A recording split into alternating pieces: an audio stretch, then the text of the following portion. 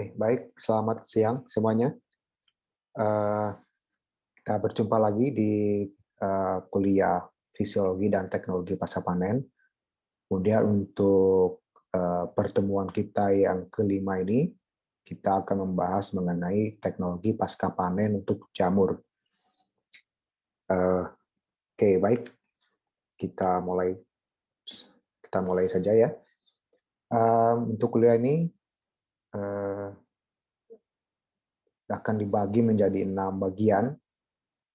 Yang pertama mengenai fisiologi dan biokimia dari jamur-jamur yang setelah dipanen. Jadi jamur yang setelah dipanen artinya jamur yang sudah mengalami eh, masa pasca panen. Jadi kita akan melihat bagaimana fisiologi dan biokimia jamur-jamur yang sudah mengalami pasca panen.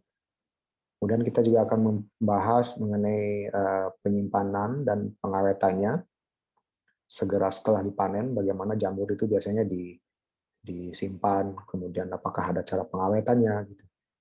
Kemudian yang ketiga, eh, pengemasan, packaging. Kemudian selanjutnya, cara penyimpanan jangka panjang. Cara penyimpanan jangka panjang ini berkaitan dengan juga misalnya setelah dipanen, kan kemudian diproses.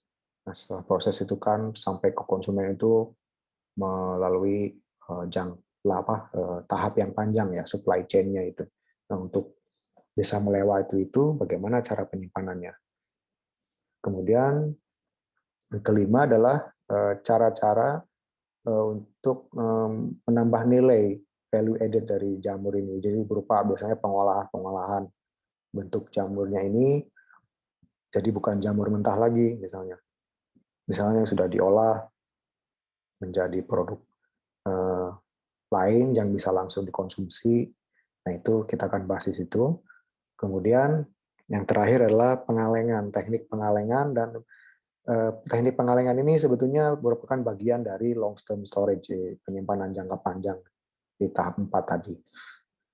Baik.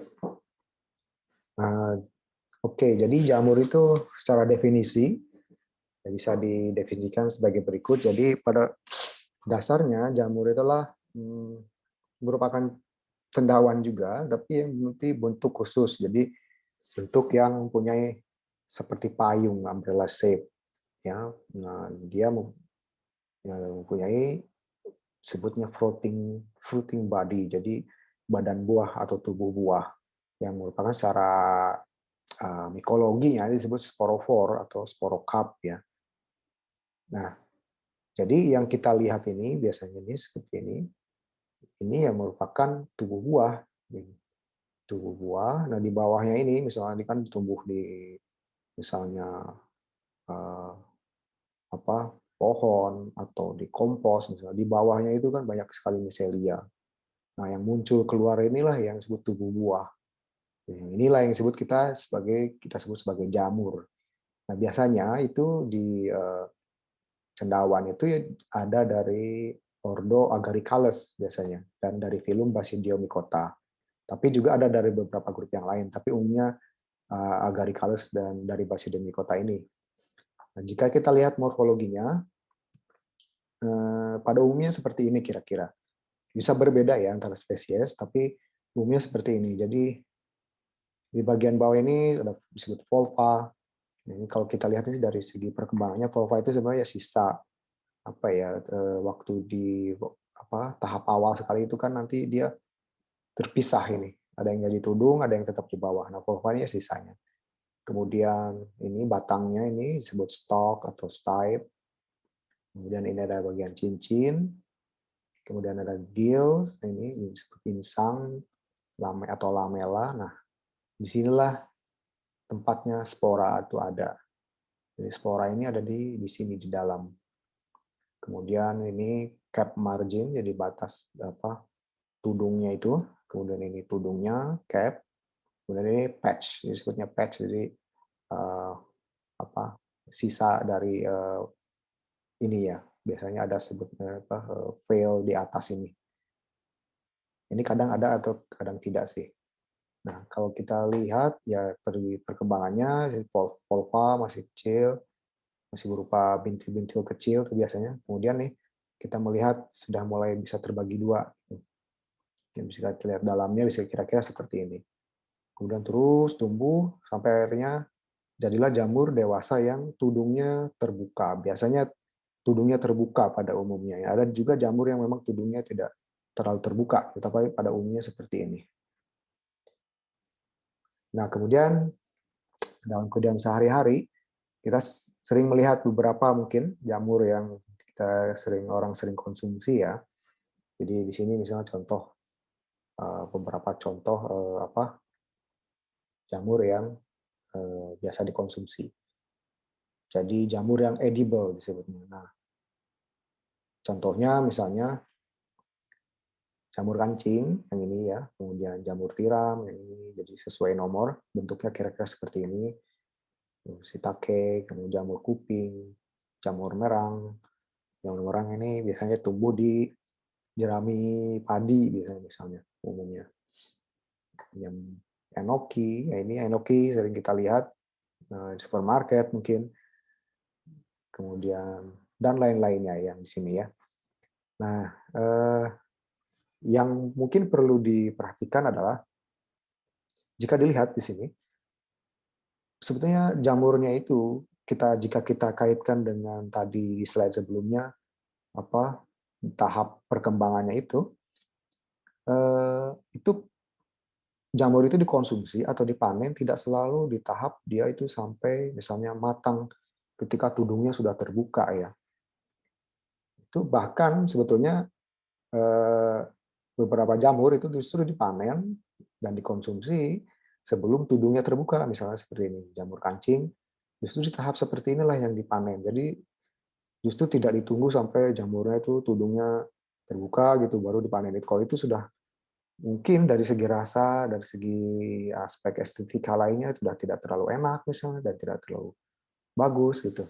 Justru di tahap inilah yang dipanen. Begitu pula dengan jamur ini, misalnya jamur merang ya. Nah, enoki malah yang ini. Enoki ini di tahap awal sekali ini baru berkecambah jamurnya dipanen. Kalau sudah kita lanjutkan lebih tua bukan enoki yang seperti ini lagi yang mungkin rasanya tidak enak atau beda ya dari segi tekstur maupun rasanya gitu. Jadi jamur ini di sini ininya gitu apa mungkin uniknya dibandingkan misalnya jika kita bandingkan misalnya buah gitu ya. Buah rata-rata orang memanen ketika dia sudah ranum misalnya. Tapi kalau jamur dipanennya itu justru sebelum dia dewasa untuk jamur tertentu gitu. Mungkin kalau ini di kacang-kacangan itu mirip di tahap toge ya ini gitu. Kita makan toge itu ya togenya lah yang dimakan gitu kan. Tapi kalau toge misalnya dari apa ya dari kacang hijaunya masih enak juga dimakan gitu. Tapi kalau ini mungkin tidak ya. Gitu. Oke, kemudian jika kita lihat dari segi nilai nutrisinya, pada umumnya mungkin kira-kira seperti ini ya untuk ini. Nah ini misalnya untuk Agaricus bisporus nih, untuk jamur kancing putih tadi. Untuk 100 gramnya kira-kira komposisinya seperti ini. Kadar airnya, energinya berapa gitu ya, karbohidratnya, kemudian lemak, protein. Di sini juga lumayan banyak vitamin ya, vitamin B, beberapa vitamin B, vitamin C.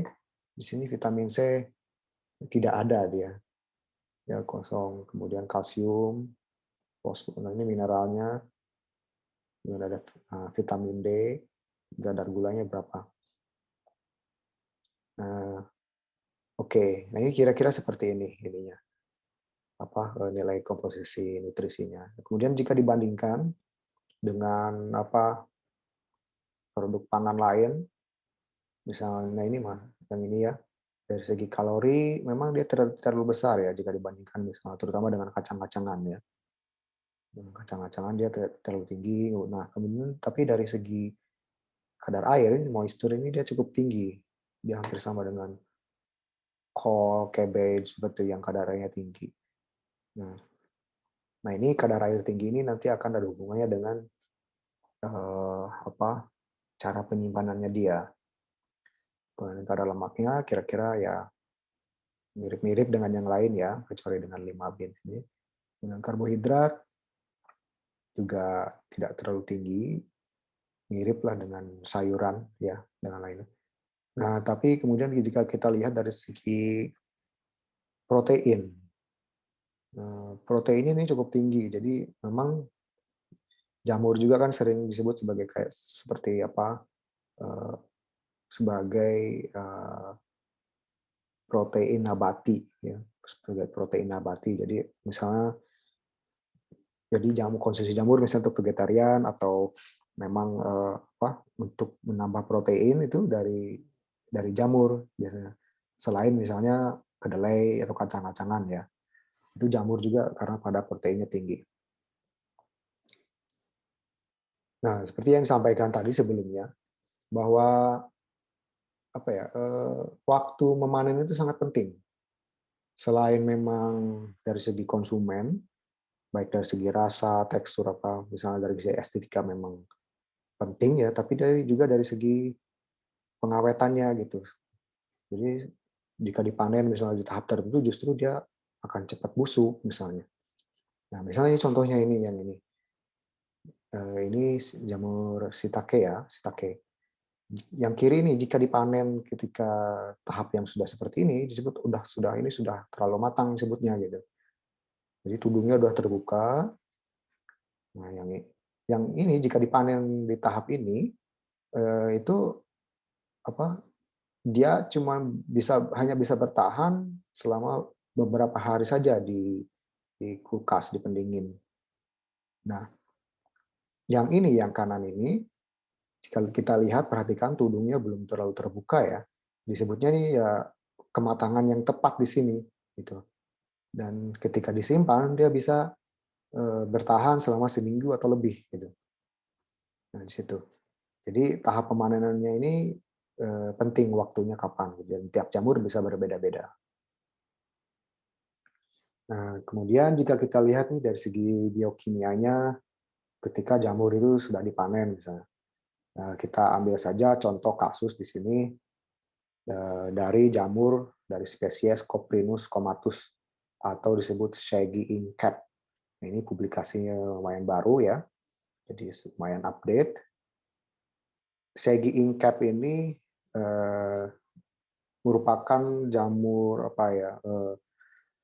hasil hasil pengembangan perkawinan yang baru gitu. Jadi jamur ini cukup baru, artinya baru dikembangkan orang, tapi sepertinya mungkin dari segi rasa dan tekstur cukup bagus gitu, sehingga merupakan jamur yang sedang sedang ngetren lah istilahnya gitu ya. Nah, jika dilihat hanya ada kelemahannya di sini jamur ini.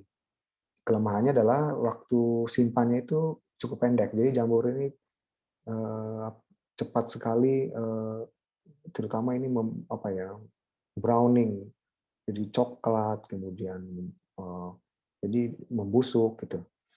Itu cukup cepat, cuman hanya dalam beberapa hari. Misalnya nih, jika dilihat bentuknya nih yang ketika dipanen hari itu juga misalnya bentuknya seperti ini. Nah, kemudian 5 hari setelah itu sudah terlihat mulai mencoklat ya. Nah, 10 hari, 15 hari, 20 hari sudah bentuknya sudah betul-betul lain ya. Jadi, nah ini merupakan masalah gitu. Ini padahal disimpan di suhu 4 derajat Celcius, cukup dingin ya. Nah, jika dilihat biokimianya misalnya dari segi kebocoran electrolyte leakage. Jadi electrolyte leakage ini merupakan satu indikator jika produk pangan itu mengalami stres. Jadi ada semacam kebocoran elektrolit. Di kebocoran elektrolit itu biasanya misalnya potasium banyak yang keluar gitu ya. Biasanya potasium pada umumnya. Jadi jika diukur kadar potasium eh, di ruang interseluler, jadi dari seluler keluar itu meningkat gitu. Jadi bisa dilihat misalnya yang biru ini kan elektrolit leakage-nya setelah seiring penyimpanan terus naik. Jadi 5 hari misalnya seperti ini nih, Yang ini ya, itu sudah mulai terlihat naik. Ini yang konsentrasinya terus naik.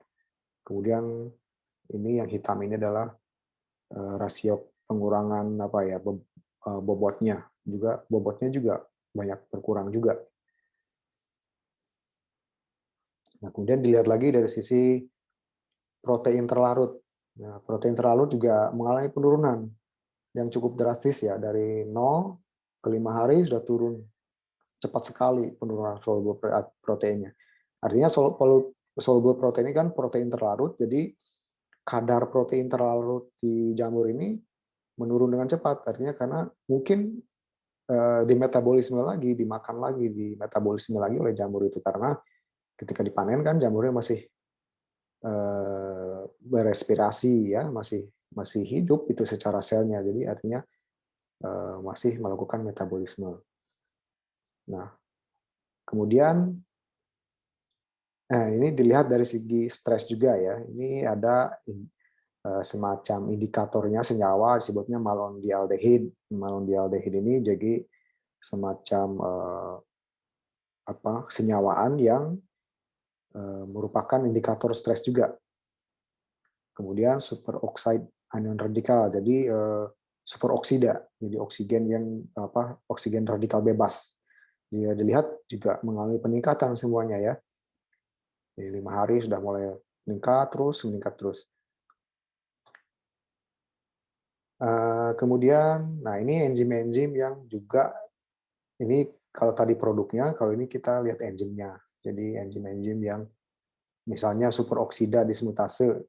Superoksida dismutase itu untuk menderadikalisasi. Jadi artinya yang superoksida tadi, oksigen radikal tadi itu diubah menjadi oksigen dan hidrogen peroksida yang tidak terlalu berbahaya ya. Jadi jika lihat misalnya nih yang hitam ini mengalami peningkatan gitu karena di selnya itu diproduksi superoksida, jadi sehingga si enzim ini harus diproduksi.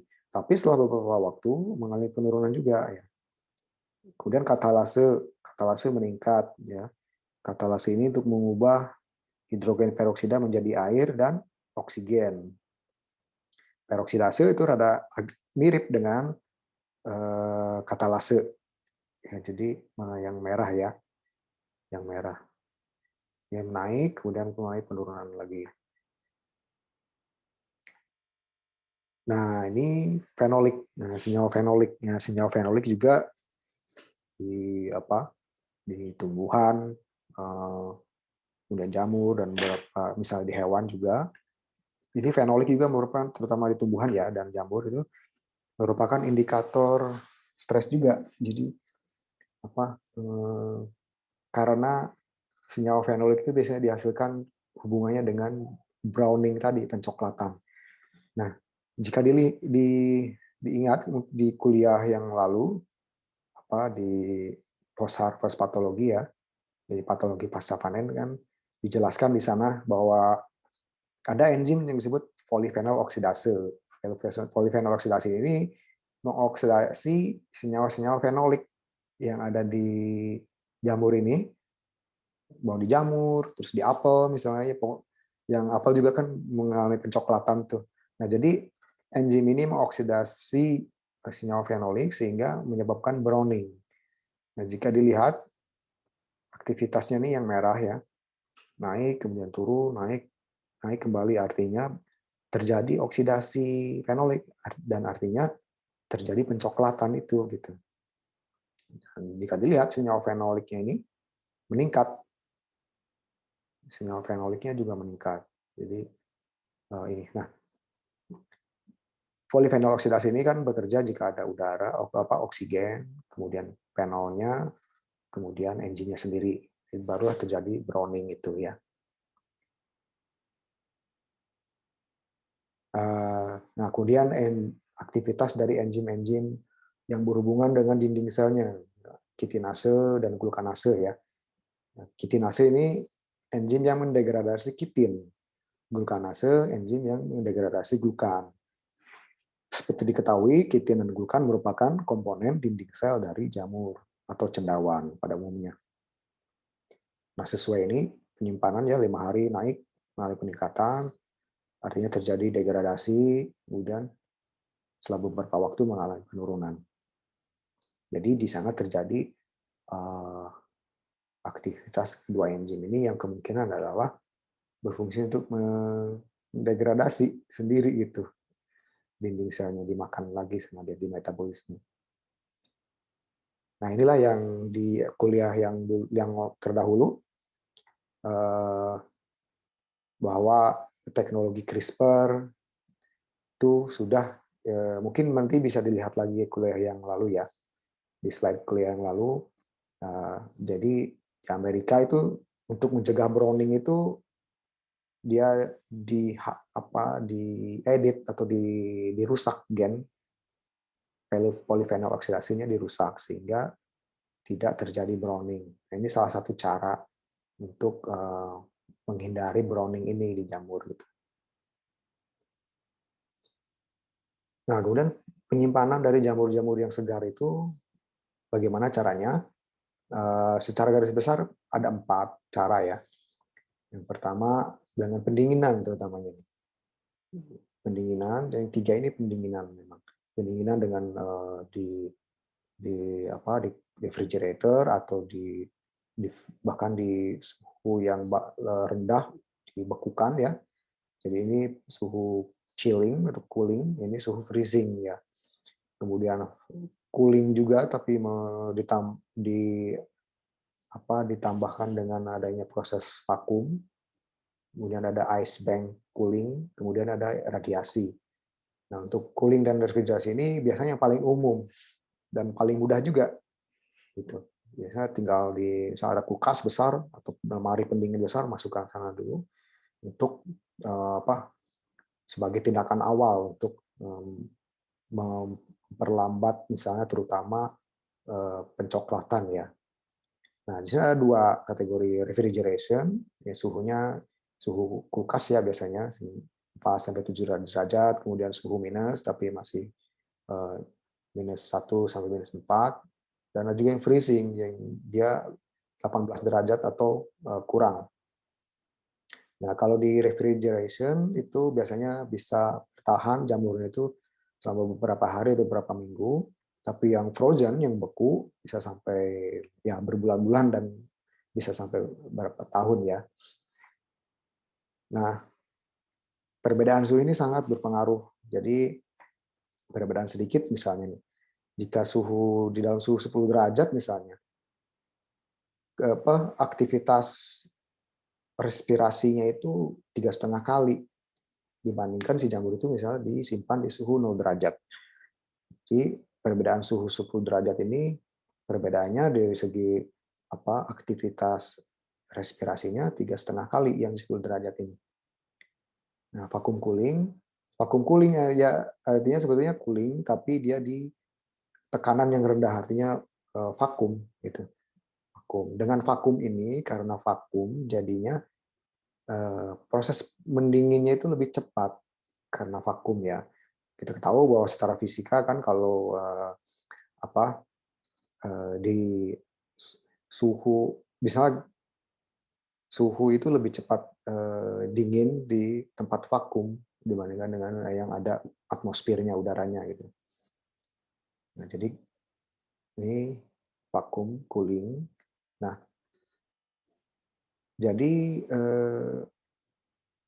apa yang terjadi karena di vakum dan didinginkan, makanya terjadi penguapan karena kan kadar humidity-nya atau kelembabannya rendah. Karena di vakum, jadinya air yang ada di dinding sel atau di antara sel-sel itu mengalami penguapan sehingga jadinya si jamur ini jadi sedikit lebih kering ya. Nah, seperti akan dilihat nanti bahwa pengeringan ini sebetulnya penting juga untuk pengawetannya gitu. Nah, dari hasil ini pada umumnya warna itu tidak berubah ya, tidak berubah misalnya dibandingkan dengan yang pendinginan yang biasa. Hanya kekurangannya adalah karena dia ada vakumnya gitu, biayanya cukup tinggi gitu. Dan juga karena penguapan, bobot basahnya ini juga berkurang. Itu kekurangannya. Nah, ice bank cooling ini mungkin kalau digambarkan seperti ini ya. Jadi karena misalnya vakum cooling ini terjadi pengurangan bobot berat. Nah, jadi dimitigasinya dengan seperti ini. Jadi intinya adalah ada semacam ini pipa ini ya. Pipa ini berisi udara dingin yang humidity-nya tinggi. Jadi dingin tapi ada semacam eh, uap airnya gitu. Nah, uap airnya itu udah berasal dari es. Nah, sehingga meskipun pendinginan tapi dia ada semacam sedikit uap airnya gitu. Nah, kemudian yang terakhir adalah radiasi. Radiasi ya disebut istilahnya mungkin sterilisasi dingin, artinya biasanya sterilisasi kan dipanaskan gitu ya. Ini jadi radiasi ya nah, untuk tujuannya ya paling utama adalah membunuh salah satu efeknya adalah membunuh mikroba, kontaminasi mikroba. Keunggulan dari ini adalah karena ini yang tiga ini melibatkan proses fisika yang melewati suhu ya, dengan pendinginan terutama pasti tekstur berubah. Tapi kalau ini tidak ya, beberapa karakter ya di radiasi kan tidak berubah si jamurnya gitu. Misalnya tidak menciut atau tidak berkurang bobotnya gitu. Nah, ini caranya ya dengan radiasi gamma pada umumnya. Jadi membunuh mikroba, kontaminasi, dan juga memperpanjang shelf life-nya. Selain itu, bisa juga ternyata untuk memperlambat perkembangan, misalnya untuk memperlambat pembentukan tudung gitu, atau stoknya, batangnya ini, atau sporanya itu bisa dipakai radiasi juga. Jadi untuk misalnya supaya pemanenan itu bisa dilakukan lebih lama misalnya, maka dilakukan radiasi sehingga memperlambat maturation-nya, pematangannya. Dan juga ternyata ada juga mungkin salah satu kelebihan misalnya dari asam amino-nya itu tidak rusak ya pada umumnya. Mungkin dengan pendinginan dan ini kan ada disebutnya freeze thaw ya, pendinginan kemudian di suhu ruang, nah itu protein mungkin bisa ada sebagian rusak. Tapi karena di radiasi ya tidak rusak karena tidak mengalami perubahan suhu. Nah, ini sebagai contoh saja bagaimana efek suhu terhadap shelf life. Ini misalnya di jamur yang disimpan di suhu ruang dengan jamur yang disimpan di suhu 3 derajat. Ya, ini misalnya yang suhu ruang 6 hari dia shelf life-nya sudah berakhir, artinya sudah rusak jamur ini. Nah, ini masih bisa sampai 12 hari, masih bisa bertahan ya. Nah, apa yang dilihat konsumen biasanya dari jamur itu, beberapa faktor gitu kan, kualitas dari jamur itu, dan ini angka ini menunjukkan seberapa mana yang lebih penting gitu. Angkanya semakin tinggi berarti artinya dia lebih penting di mata konsumen. Misalnya dari warna nih, berarti warnanya sangat penting karena skornya 3 misalnya. Sehingga pencoklatan itu sangat mengganggu. Jika kita juga mungkin kalau melihat ke supermarket, jika kita lihat jamur warna coklat, pikiran kita sudah pasti jamur ini sudah tidak segar lagi gitu. Gitu. Kalau sudah lihat coklat ya sudah gitu. Nah ini kematangan juga yang tadi misalnya harusnya dipanen ketika tudungnya belum terbuka, ternyata tudungnya sudah terbuka gitu. Jadi sehingga jamur kancing disebut jamur kancing karena seperti kancing kita dipanen dimakan ya. Kalau dia sudah terbuka bukan jamur kancing lagi namanya gitu kan. Ininya istilahnya gitu. Nah, ini beberapa penyakit misalnya ya.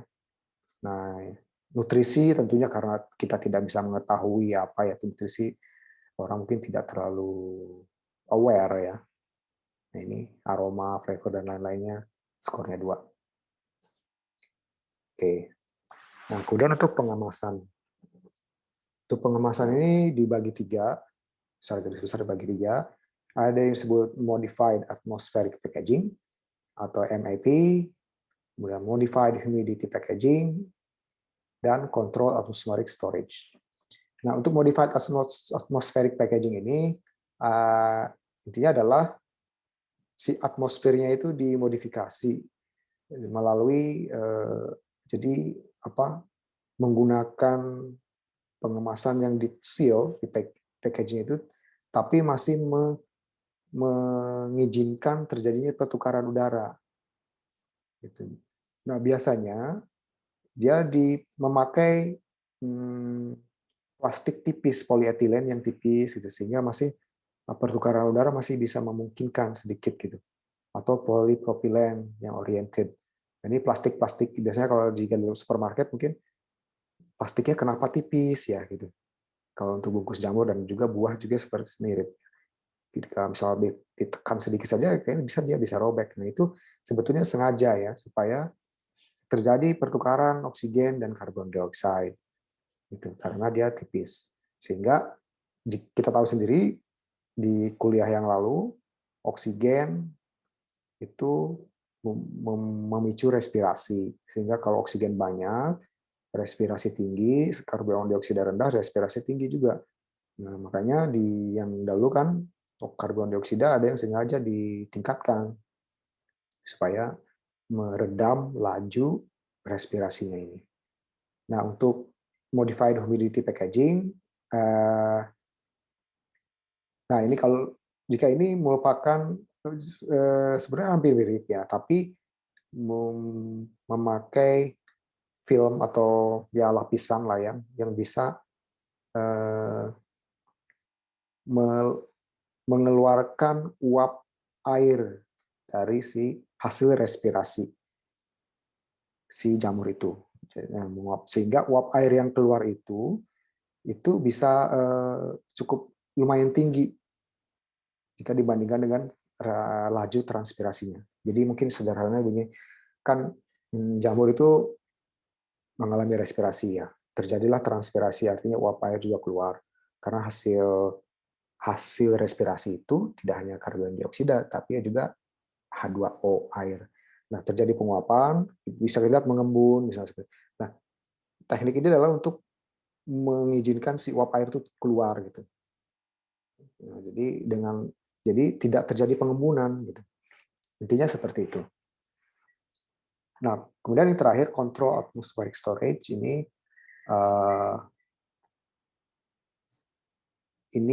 secara teknik mungkin rada rumit ya, tapi intinya adalah konsentrasi oksigen dan karbon dioksida itu diubah-ubah di dalamnya, sehingga menyeimbangkan lah antara konsentrasi oksigen, karbon dioksida gitu. Nah, teknik ini bisa mereduksi terjadinya pencoklatan. Nah, secara konsep mungkin diagram yang modified atmospheric package itu seperti ini. Ya, jadi karena ada penguapan, oksigen, karbon dioksida itu diputar-putar bisa ini ya, bisa apa? Exchange itu berputar gitu. Pertukaran. Nah, ini bungkusnya ini ya seperti ini. Misalnya plastik yang tipis, misalnya oksigen bisa masuk, karbon dioksida bisa dikeluarkan, kemudian uap air juga bisa keluar masuk ya. Nah, biasanya ini plastik ini kan disimpan lagi biasanya di dalam kardus misalnya. Kardus ya. Seperti itu. Ya, jadi fungsinya ini ya dengan menurunkan oksigen kan, menurunkan respirasi, hibernasi mungkin istilahnya ya artinya karena respirasinya diturunkan jadi bisa dianggap respirasinya rendah lah ya. Nah, sehingga dia masih segar. Nah, kemudian untuk pengemasan untuk transport, nah secara estetika kan pengemasan ini biasanya harus terlihat. Tentunya kan konsumen ingin melihat ya wujudnya di dalam seperti apa sih, itu masih segar atau tidak gitu. Sehingga harus yang bisa tembus pandang. Dan kemudian juga yang seperti tadi harus menjaga nilai kualitas dari nutrisinya juga dan juga aktivitas enzimnya. Jadi apa seperti yang tadi, yang teknik-teknik yang 3 itu diterapkan di sini gitu. Nah ini yang paling umum ya, disebut tray pack. Nah ini polyethylennya tipis gitu, plastiknya tipis ya, seperti ini. Kemudian ada juga yang pakai kayu, bukan plastik ya. Saya mirip aja, tinggal beda ininya saja. Nah ada juga yang dengan kardus ya. Kardus ini sebenarnya cukup bagus untuk artinya atmosfernya kan tidak lembab, tidak dibungkus ya. Jadi pertukaran udara juga bebas gitu. Hanya mungkin kelemahannya di sini misalnya kekeringan gitu. Karena kan penguapan mudah sekali terjadi di sini ya. Tapi untuk biasanya untuk transport dalam jumlah besar biasanya dalam bentuk seperti ini, dalam kardus-kardus. Nah, kalau yang retail yang kecil mungkin di paper bag ya, di paper bag seperti ini misalnya kalau jumlahnya sedikit. Nah, untuk penyimpanan jangka panjang, jadi penyimpanan jangka panjang ini teknik untuk menyimpan jamur baik yang diproses ataupun yang tidak diproses, yang sehingga penyimpanannya itu bisa lebih lama daripada penyimpanan yang biasa. Artinya yang penyimpanan biasa itu misalnya setelah panen kan disimpan dulu. Nah ini ada tekniknya yang dimana memang penyimpanan tuh jangka panjang. Nah ini ada beberapa cara. Yang pertama disebut steeping preservation ya. Jadi steeping preservation ini jadi si jamurnya dicuci kan, dicuci di air atau di air yang sudah ada bahan kimianya. Biasanya ini bahan kimia dalam artian biasanya asam sitrat, atau bukan bahan kimia berbahaya ya, tapi asam sitrat atau asam ascorbat gitu, untuk mengawetkan. Nah, setelah dicuci, biasanya di blanching disebutnya, di brine solution. Brine solution itu larutan eh, larutan garam tinggi ya, brine. Jadi mungkin pernah lihat ya, ketika jamur atau misalnya apa ya, jagung atau apa yang dikalengkan itu pasti dia, atau tuna bahkan suka, tuna ada yang misalnya yang dikaleng itu pasti di dalamnya ada cairan, dan ada yang disebut brine. Brine itu biasanya cairan yang kadar garamnya tinggi, biasanya asin gitu. Nah itu untuk mengawetkannya ini. Nah kemudian disimpanlah di kaleng misalnya atau kontainer yang lain. Nah, metode yang kedua untuk penyimpanan jangka panjang ini adalah dengan pengeringan. Pengeringan ya. Pengeringan ini caranya banyak. Yang paling umum dan paling mudah ya jemur. Pengeringan dengan matahari, kemudian pengeringan dengan kabinet. Biasanya kabinet ini biasanya seperti mirip oven ya, mirip oven. Nah, tapi ada juga kabinet yang udaranya itu kadar airnya rendah, jadi dehumidified ya. Udaranya kadar airnya, humidity-nya rendah. Kemudian osmo air drying. Nah, osmo air drying ini kombinasi antara penggunaan larutan yang dengan tekanan osmosis tinggi, kemudian dilanjutkan dengan pengeringan. Jadi di sini si jamurnya itu direndam dulu di seperti brine ini, larutan yang kadar garamnya tinggi, tekanan osmotiknya tinggi. Mengapa demikian? Karena dengan tekanan osmotik tinggi, artinya di larutan itu kadar garam tinggi, apa yang terjadi? Yang terjadi adalah air dari sel itu keluar kan, itu osmosis ya. Air dari sel keluar sehingga dia jadi lebih kering. Nah, dengan kering ini, artinya kering osmosis nih ya, kering osmosis ini sehingga kadar air turun sehingga lebih awet. Nah, kemudian dilanjutkan lagi dengan pengeringan. Nah, kemudian freeze drying. Nah, freeze drying ini kita tahu ya, di beberapa produk ini terkenal.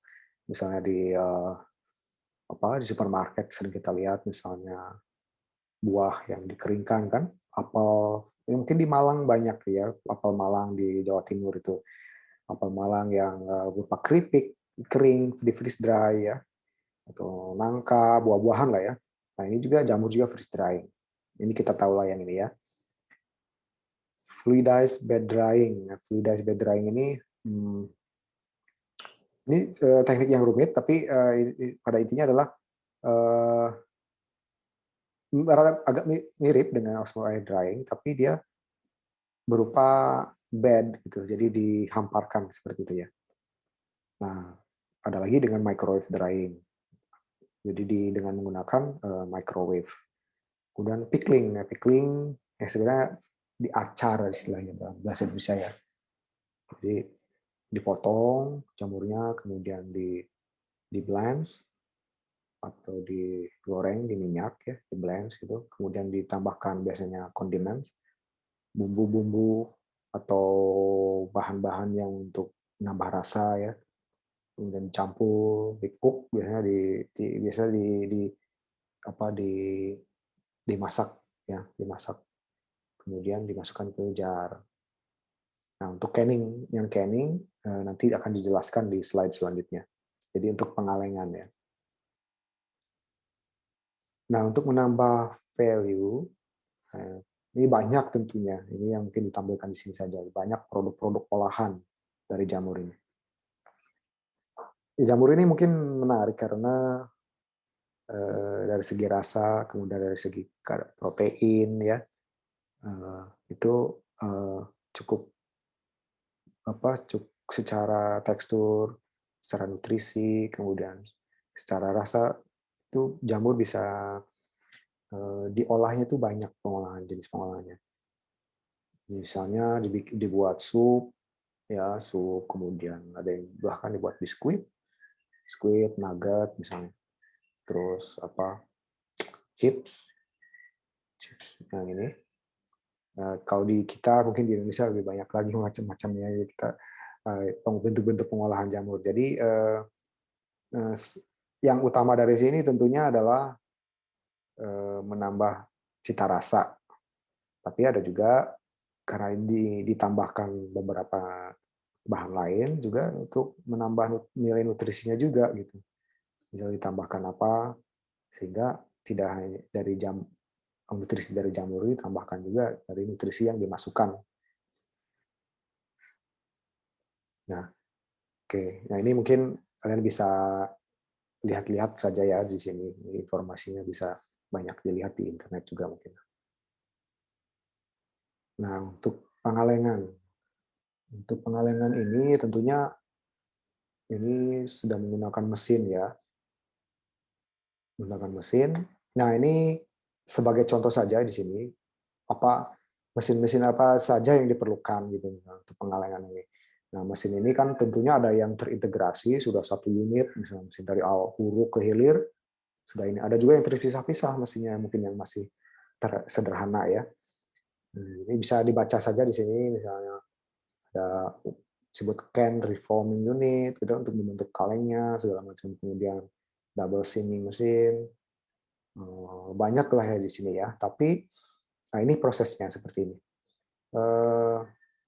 Tapi intinya adalah hasil yang diinginkan itu adalah supaya seawet mungkin. Nah, untuk supaya awet mungkin itu kan pertama tadi ada proses pengawetan dengan brine ya, brine pengasinan itu. Nah, kemudian juga proses sterilisasi. Nah, harus steril. Jadi kalau tidak steril nanti selama disimpan mungkin akan cepat busuk karena masih ada mikroorganisme. Terutama misalnya salah satu yang berbahaya adalah Clostridium botulinum. Clostridium botulinum kan bakteri yang bisa tumbuh di anaerob. Nah, kaleng kan anaerob. Nah, kalau tidak steril itu Clostridium bisa tumbuh sehingga kalau dikonsumsi bisa menyebabkan botulisme. Ya, botulisme cukup berbahaya. Jadi proses ini harus lebih ketat ya di sini. Jadi prosesnya kira-kira ini jamurnya ini di grading dulu ya, dipilih-pilih, dipilah-pilah mana jamur yang bentuknya bagus, yang ini dia dibuang gitu ya, yang bagus-bagus saja yang dipilih. Kemudian dicuci, dipotong-potong, kemudian di blanching, kemudian di filling ya, dan filling kemudian di brining, kemudian exhausting. Exhausting ini seperti apa ya? Sebenarnya tujuannya mirip untuk supaya tidak pemekatan atau karena pasti banyak cairannya, nah, cairan atau ininya itu supaya misalnya uap air atau itu bisa hilang semua ya di situ. Dan kemudian, nah di sinilah tahap sterilisasi ini. Kemudian setelah sterilisasi langsung didinginkan, kemudian dikeringkan, kemudian dilabel dan disimpan. Nah, ini bisa dibaca lebih lanjut untuk ini ya. Nanti ada saya akan berikan beberapa literatur yang bisa dibaca. Oke. Nah, ini mungkin satu video pendek mengenai budidaya jamur ya, budidaya jamur ini sih di Amerika. Nah, coba kita lihat saja ya.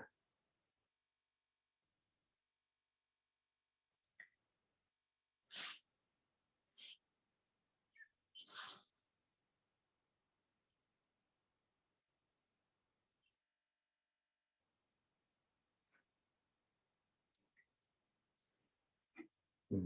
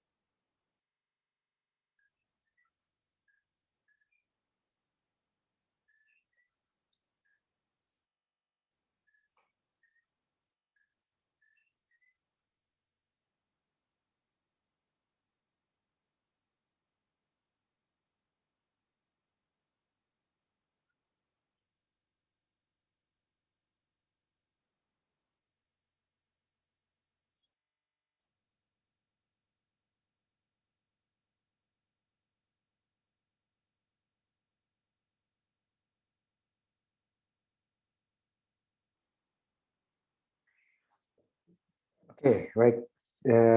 Jika diperhatikan tadi ya di video, eh, ketika di ruang gelap, ditumbuhkan di ruang gelap ya, kemudian dipanen, diperhatikan kan jamurnya ini masih berupa belum terbuka si tudungnya ya, dipanen, dan dipanen, hasil dipanen itu kan dipotong-potong, dipikul tuh si yang bagian yang kotornya, kemudian apa dipisahkan sehingga yang diambil adalah jamur yang bersih. Nah, kemudian dipilih-pilih lagi mana yang putih, kemudian mana yang coklat, mana yang rusak. Setelah itu dipotong-potong, setelah dipotong, kemudian dimasukkan ke kardus ya untuk transportnya ini. Nah, kardus ini salah satu tempat yang bagus karena aerasinya cukup bagus, pertukaran udara cukup bagus sehingga tidak terlalu lembab, seperti yang tadi dijelaskan. Nah, itu contoh video saja, bisa eh, dilihat lagi sih video-video yang lain yang mungkin juga relevan ya. Ini ya. Ups. Oke. Nah, ini ada beberapa literatur yang bisa dibaca lebih lanjut. Em, ini ada beberapa mungkin yang saya bold ini mungkin yang sangat relevan ya. Ada beberapa ini. Yang lainnya silakan dicoba diakses, kemudian dibaca-baca ya beberapa literaturnya. Ini ada beberapa ya di sini. Dan ya mungkin itu saja untuk materi di kali ini. Selamat berjumpa lagi di waktu yang akan datang. Oke, ya, terima kasih.